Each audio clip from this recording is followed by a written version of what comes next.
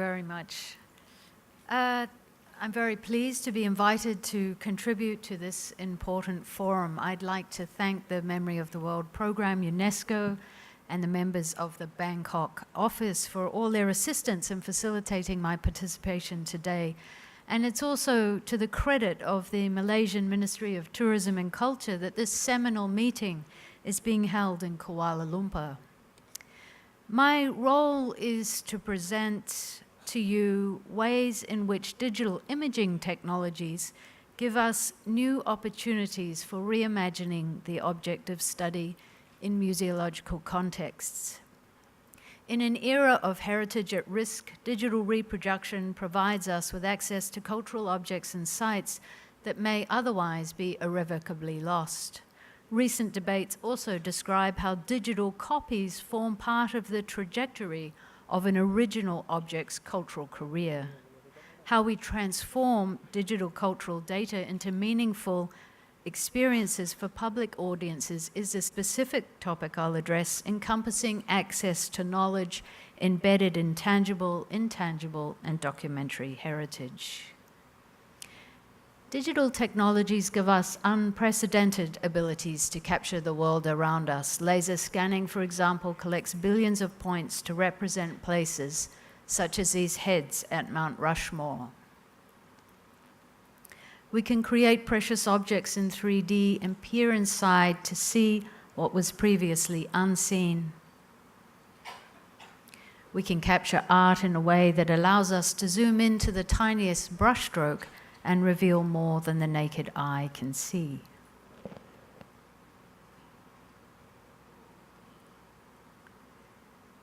And by using particle accelerators, we're subjecting our cultural treasures to the bombardment of X-ray fluorescence to reveal their chemical materialities. This is the Mercury map of the painting of Henry VIII in the collection of the Art Gallery of New South Wales.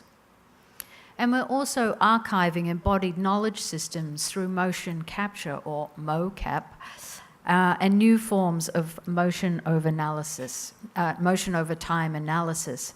And what I'll explore with you are a series of experimental and embodied museum installations that transform these types of cultural heritage data into narratives of engagement, allowing audiences to rediscover and reinvent ancient cities, cultural objects, and practices. Inhabiting cultural landscapes.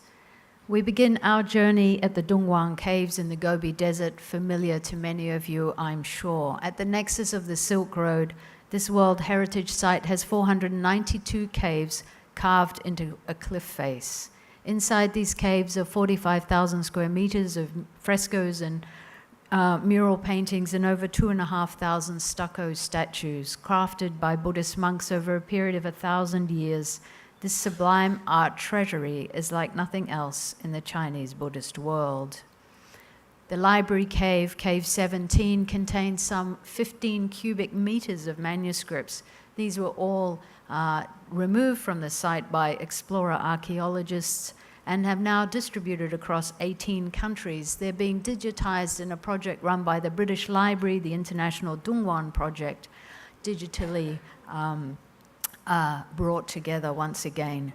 Found amongst these manuscripts, to give you an insight into their significance, is the oldest book in the world, the Diamond Sutra, and the earliest known depiction of the Chinese constellations. These sites are under significant threat from increasing tourism and climate change. So rising humidity is causing the paint to flake off the walls. In an enormous preservation effort, mass digitization is being done by about 60 full-time photographers working for the Dongguan Academy, and it takes 3 months to digitize a single cave. We brought together the laser scan with the texture data to create Pure Land inside the Magao grottos at Dongguan, and it's staged in a 360-degree 3D environment that is 10 meters across and 4.5 meters high, and it allows about 30 people a one-to-one scale experience of being inside the cave. At Dongguan, we have 492 caves. This is a laser scan of the escarpment. And we're selecting significant caves here, entering inside cave 220. We're simulating what it's like if you do go to the site of Dongguan as a tourist. You're with at least 60 people and a few LED torches. But because it's a digital cave, it can be lit up, navigated. We created a magnifying glass to examine the murals in greater detail. Here we're looking at the Sutra of the Medicine Buddhas on the north wall of the cave. Using the pigment studies, the Dongguan Academy were involved in the repainting of layers of texture to give an impression of what it would have originally been like, and the 32 musicians in the painting have had their instruments modeled in 3D. There are over 4,000 unique instruments in the Dongguan murals. And we filmed Beijing Academy dancers in a blue screen studio to represent the 4 dancers in the painting. So it was really meant as a prototype for what you might do if you had access to 492 digital caves.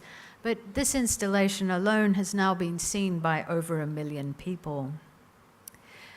We're bringing 2 of our AV systems together to develop mixed reality classrooms in 2 countries, Hong Kong and Sydney, over high-speed networking, where students come together in intercultural sessions for multidisciplinary subjects using tablet-based video conferencing and the virtual world. The richness of these mural paintings and their sociocultural records mean that topics as diverse as art history, architecture, conservation, fashion, and global history and business can all be taught in such a cave. Immersion provides a concept that bridges both the technological, psychological, and pedagogical experiences of learning. We took the wireframe from the laser scan and printed it on the walls of this exhibition booth, again at 1:1 scale. This allows visitors to walk inside the digital model using these tablets. There are several noteworthy features of this particular application, and the first of these is the way in which it harnesses socialization around a single screen. Socialization's at the core of museum experience and fundamental in interpretation. So we need to build interfaces that harness this, not separate everybody on their own devices. Also, it's important we build interfaces that are multi-generational, from young children to middle-aged ladies, a grandmother and her grandchild. A grandmother abandons her grandchild. And the third noteworthy feature of this is virtual tourism. This is the wife. She's taken an iPad from her handbag and she's filming her husband's experience of a virtual cave. So the layering of virtuality and real experiences. The conservator Alan Lowy recently said, "A digitally recorded copy can be both a load of forensically accurate information and a vehicle for provoking a deep emotional response." And the Philip Kennicott, critic for the Washington Post, said when this work was installed at the Smithsonian, "At last we have a virtual reality system worthy of inclusion in a museum devoted to the real stuff of art." And this goes to the heart of the provocation of digital museums and our expanding definitions and understanding of aura. And what the philosopher Bruno Latour calls the migration of aura from the real to the digital object, what I prefer to call a proliferation of aura. High-quality digital facsimiles no longer act as simple complements to the real thing, but have profound and affecting presence in their own right. Traveling from ancient China to historic India, Place Hampi is an artwork that was commissioned for France India Year in 2006, and it's subsequently toured all over the world. Hampi is a monumental World Heritage Site and a vibrant center for contemporary pilgrimage. And the artwork recombines 25 square kilometers of this extraordinary terrain in a 3D panoramic imaginary. We use a rare stereoscopic, I have to say, analog film camera, creating left and right eye images which are drum scanned for projection. So it's shot on 220 film. There is no way to digitally replicate this process with enough speed. We create panoramic worlds that can then be navigated. We do ambisonic sound recording to create a 3D architecture of sound. And the somatic resonances in place Hampi are informed by aspects of Indian cultural and religious life, in particular the history of chromolithography and the scopic regimes of magical realism. Here is a scene from the Ramayana, Kishkinda, the home of the monkeys, and Hampi is said to be Kishkinda. These strategies recall the conversation that takes place between idioms of that chronolithography, of theatre, of photography and film, observable in the late 19th century and early 20th centuries in India. Working together with animators and artists in Bangalore, these were the first stereoscopic animations ever completed. We undertook motion capture for animation, and the work itself is staged in a 360-degree screen, which has a motorized platform at its center. It allows you to rotate a field of view in 360 degrees and explore that world. It's a passive stereo work, and about 30 people can be inside it at any one time, and any member of the public takes everybody else on a serendipitous journey of discovery of the many wonderful locations at Hampi. There's a microphone mounted on the platform, and you can speak into it, releasing a text into the world that comes from chapter 13 and 37 that describe Kishkinda. And you enter inside any one of these stereoscopic panoramic images, and some of them are augmented with these animations of Hindu gods. The music that you can hear is contributed by the Carnatic violin superstar Dr. L. Subramanian.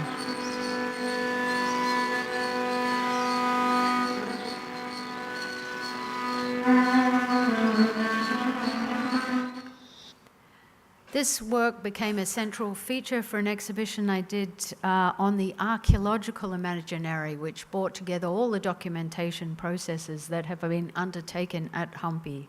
And the digital experience was a part of that.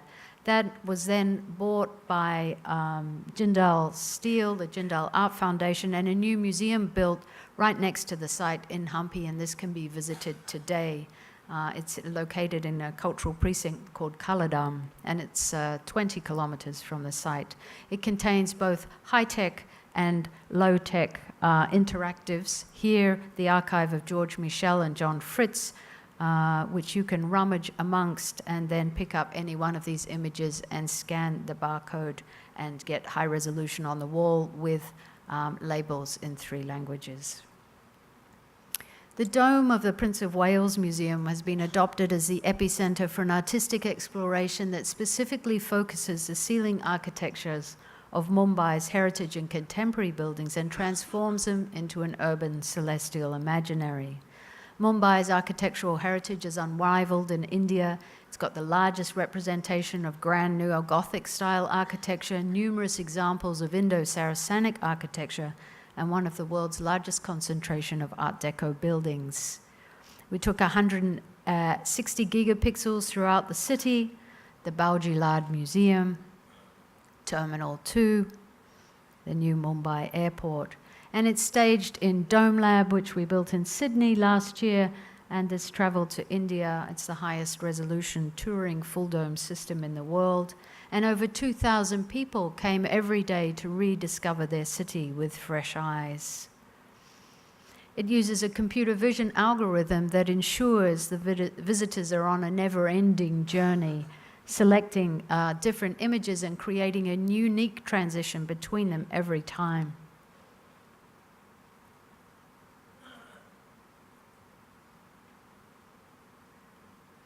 And as the CEO of Intel, Brian Krasnick, said in late 2014, we're no longer in a world of screens and devices. We're in a world of immersive experiences. Augmenting objects. This is a portion of the pacifying of the South China Sea Pirates scroll. It's the icon item in the Hong Kong Maritime Museum, and it tells of the bloody encounters between pirates and government forces in the Guangdong region and the South China Sea. We scanned this scroll, 18-meter scroll, at 1,200 DPI, and created several works from it, including this one, which is a very high-resolution screen, which is motorized. It's moving up and down the length of a 5-meter print of that scroll on a light box. And as visitors move around inside the image, it's augmented with 197 historic texts that describe all the characters in the scene. These texts come from 2 documents. So it's a layering together of both documentary and the object. With the New South Wales Library, we've been scanning some of their largest items, and my favorite at the moment is the 1853 etching of Constantinople by Henry Barker, completed for Robert Barker's Panorama in Leicester Square. We know where it was drawn at Galata Tower in Taksim, and so we're able to shoot a gigapixel at the site and layer the printed etching with the augmented contemporary world. This image can also be annotated with town planning data, with heritage information, or even a literary psychogeography. You can't do this at many cities in the world. Istanbul is one of them.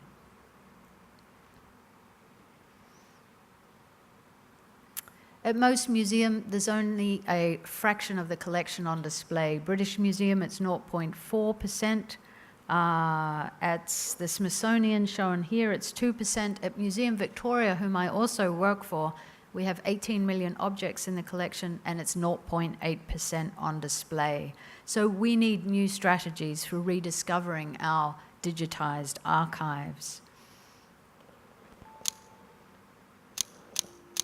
We built a data browser for Museum Victoria. They own a 360-degree system. It's 100,000 objects. It took us 15 minutes to export the data. And it's using the metadata to link all of these objects together across 18 themes. It has an emergent soundscape, a different one per theme, and these are coming from the collections of the museum as well. You can zoom into any of the images. You can, it creates a Wordle from the description of the object, but then you can access the original record. And then it's creating these metadata relationships, which are a bit difficult to see on the screen, but you can see one at the top, that allows you to traverse in a very complex way all of the different thematics, bringing together the natural sciences with social history and the indigenous material. They're distributed by time, and you can increase and decrease the time scale to increase and decrease the density. And as we've noted this morning, audio-visual, moving image and sound archives are the major records of the 20th and 21st century. And while they've been recognized by UNESCO as important resources, the digitization of them is one challenge, but the representation of them is also a significant challenge. And this is largely to do with copyright issues, but also their temporal nature. You can't sit down and watch the archive because each movie is an hour long or whatever that may be. So this is an experiment from iCinema TVisionarium where we took 24 hours of broadcast television footage off Australia. We analysed it by software. Every time there was a camera angle change, there was a cut made in the movie. So we ended up with a database of 25,000 clips of about 4 seconds each. We then, in those days, had to hire 4 guys to hand annotate each one of these clips with metadata. Some of it's quite idiosyncratic: emotion, expression, physicality, speed, scene structure, but also with other tags of gender and color and so on that are more obvious and would probably be done by machine vision these days. We stream 500 simultaneous streams of video to the 360 3D system, and you can operate on this database. You click on any image, goes into the archive, and it brings everything that's semantically similar to one side, and everything that's most dissimilar will appear behind you, and everything else is in the database. It then has a range of tools for being able to operate. It's going to bring up a metadata. Sorry about that, TV data is very noisy. And he's, for demonstration purposes, going to select color, but you could equally look for other metadata tags. He'll click on the fiery red stuff, and based on luminosity, it brings all the highly luminous objects to one side of the screen, and all the black and whites and low luminous ones appear behind you. You can also add clips together in something we call recombinatory narrative. It's kind of like mashup culture, assembling your own movies from a heterogeneous archive. eCloud is an example of how we can harvest and work with data that's already on the internet. This is actually a work we did with Europeana on their World War I archive. So this was crowdsourced, Europeana driving around in Europe, gathering these materials. They're digitized and uploaded. Very complex range of material, from postcards all the way through to uniforms and prosthetic devices. Great stuff, full of propaganda and fantastic artworks done in the trenches. Representation of, I guess, physical traumas and false eyeballs representing the countless blinded and prosthetic limbs imply the limbless. And separation and imaginary reunions. And also miracles. A guy was lying with the Bible on his heart, and the bullet went into the Bible and he was saved. So the Europeana curators realized they had some gem stories and they wanted to tell them, but they also wanted to display the entire archive. So we created a data browser that uses 5 propaganda maps and an interactive that realizes this material in an interesting way. It's got about 70,000 objects in it. We start with the key stories selected by Europeana, and that launches metadata, and you're able to traverse the database using all of these tags. So it hints at a much bigger database behind it, and you can always just end up in an endless set of relationships. Another aspect that we're working on a lot is the representation of embodied knowledge systems. So Hong Kong is an extraordinary reservoir of intangible heritage, and particularly of the Hakka people, and among them the Kung Fu traditions. Many of these masters are dying out, aging, and we need to find new strategies for the transmission of these embodied knowledges. Typically, these forms are recorded and passed on through oral traditions, two-dimensional analysis and annotation, and this is a living archive where we're creating a 4D typology using motion capture of many of these great masters. Motion capture provides a continuous topological model which allows for easier retainment of the effective qualities of movement. We're also creating a metadata framework for intangible heritage forms. This is Oscar. His father and grandfather were Kung Fu masters, and you see that it's very precise. This is his model, and this is automated motion over time analysis at the bottom. We've had a series of exhibitions in Hong Kong and Australia over the last year or so, and this archive continues to grow. There's all sorts of documentation, life-size blue screen and green screen capture. This is the unicorn dance. Ultra high-speed video at 1,000 frames a second, because the speed at which these masters are moving are uncapturable at lower frame rates. And it's been suggested that the way for us to read mocap's written traces is to perform or reenact them as a gesture. And so within the exhibition, we have a range of pose matching installations.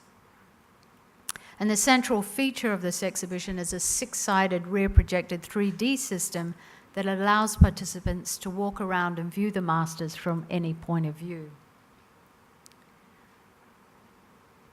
These are all annotated in different ways and abstracted in different ways, and you can interactively change everything. We call it gestural haptic writing. This one's to do with speed. And it's really about materializing the immaterial. And digital technologies can help sustain intangible heritage in spite of the theoretical difficulties associated with documenting the ephemeral, codifying the tacit, and mediatizing the body. The Confucian Rites is a large-scale documentation project done together with Tsinghua University and Professor Pang's team, funded by the Moonchu Foundation from Hong Kong. And once again, extensive documentation of performers and recreation of rites that haven't been performed for hundreds of years. This is the capping ceremony documentation process, and it's creating an interactive archive, and it's based on extensive historical research.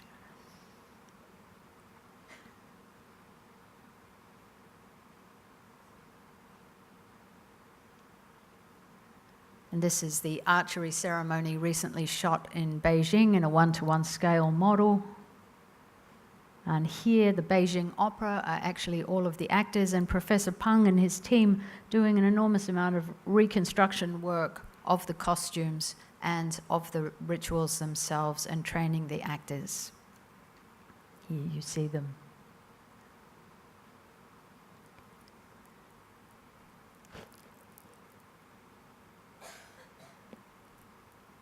So it's about trying to create a synthetic link or prosthesis to a lost tradition.